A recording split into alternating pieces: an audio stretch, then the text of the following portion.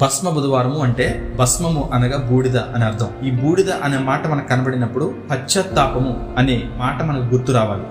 Bible గ్రంథంలో పశ్చాత్తాప ప్రార్థన చేసినప్పుడు అనేక మంది బూడిదలో కూర్చుని ప్రార్థన చేశారు. నినివే రాజు బూడిదలో కూర్చుని ప్రార్థన చేశాడు.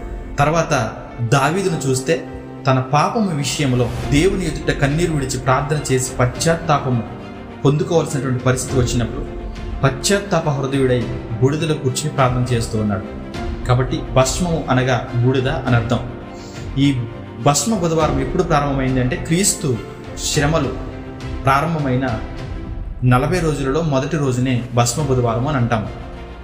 అయితే క్రీస్తు శ్రమపడినటువంటి 40 రోజులు ఆయన శోధింపబడినప్పుడు చాలా పరిస్థితులు ఆయన ఎదుర్కొన్నప్పుడు అనేక మంది ఆయన శ్రమలను గూర్చి చదివినప్పుడు ప్రభువు మమ్ములను రక్షించడానికి ఆయన సిలువలో మరణించాడు కాబట్టి ఆయన సిలువ మరణమును మేము జ్ఞాపకం చేసుకోవడానికి 40 రోజులు మేము పాటిస్తున్నాము అని ఈ భస్మ బుధవారం నుంచి ప్రారంభం చేస్తూ ఉన్నారు. వాళ్ళందరికీ నేను చెప్తున్నటువంటి మాట ఏంటి అంటే, పశ్చాత్తాప హృదయులై దేవుని మందిరానికి వచ్చి మీరు ప్రార్థన చేయాలి అని అనుకుంటే ఈ 40 రోజులు ఖచ్చితంగా వచ్చి దేవునికి దగ్గర అవ్వడానికి ప్రార్థన చేయండి. చాలామంది అడుగుతారు, ఇది బైబిల్లో ఉందా? ఆదిమ సంఘ క్రైస్తవ్యంలో ఉందా? ఆదిమ సంఘ క్రైస్తవులు చేయలేదు, తర్వాత బైబిల్లో రాయబడలేదు, అపోస్తులు ఎవరూ చేయమని ఆజ్ఞ ఇవ్వలేదు.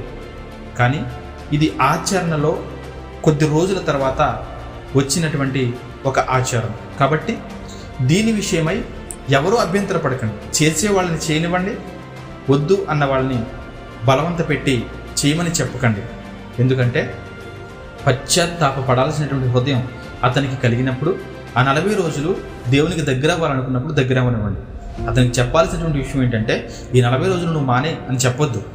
ఈ 40 రోజులు నువ్వు పశ్చాత్తాప హృదయుడై ప్రార్థన చేసావు కదా, ఈ 40 రోజులు చేసిన ప్రార్థనకు తగినట్లుగా 365 రోజులు జీవించమని చెప్పండి. అంతేగాని తర్కించుకుని వివాదములు పెట్టుకుని ఈ లెంట్ డేస్ని పాటించవచ్చని కొందరు, పాటించకూడదని కొందరు వివాదాలు పెట్టుకుని చాలా గందరగోళం చేస్తూ బలహీనులైనటువంటి విశ్వాసులను ఇంకా బలహీనపరుస్తూ ఉన్నారు. వారందరికీ నేను తెలియపరుస్తున్నాను, అపోస్తలుడైన పౌలు గారు అంటాడు, ఒకడు ఒక దినమును మరి ఒక దినము కంటే మంచిగా ఎంచుకున్నాడా? ఎంచుకొనివ్వండి. ఒకడు ఎంచుకోకుండా అన్ని దినాలు ఒకటే అనుకున్నాడా? అనుకోనివ్వండి. ఎవరి విశ్వాసాన్ని వారు కనుపరుస్తున్నారు అది ప్రభువు కొరకే అని తెలియపరుస్తున్నారు. కాబట్టి చేసేవాళ్ళని చేయనివ్వండి, మానేసేవాళ్ళని మానేనివ్వండి. చేసేవాళ్ళు మాత్రం ఇది ఒక ఆచారంగా కాకుండా ప్రభుకు దగ్గరవుతున్నామని పశ్చాత్తాప హృదయంతో ఆయన శిలువ మరణం జ్ఞాపకం చేసుకుని ముందుకు కొనసాగించండి. దేవుడు మిమ్మల్ని దీవించునుగాక.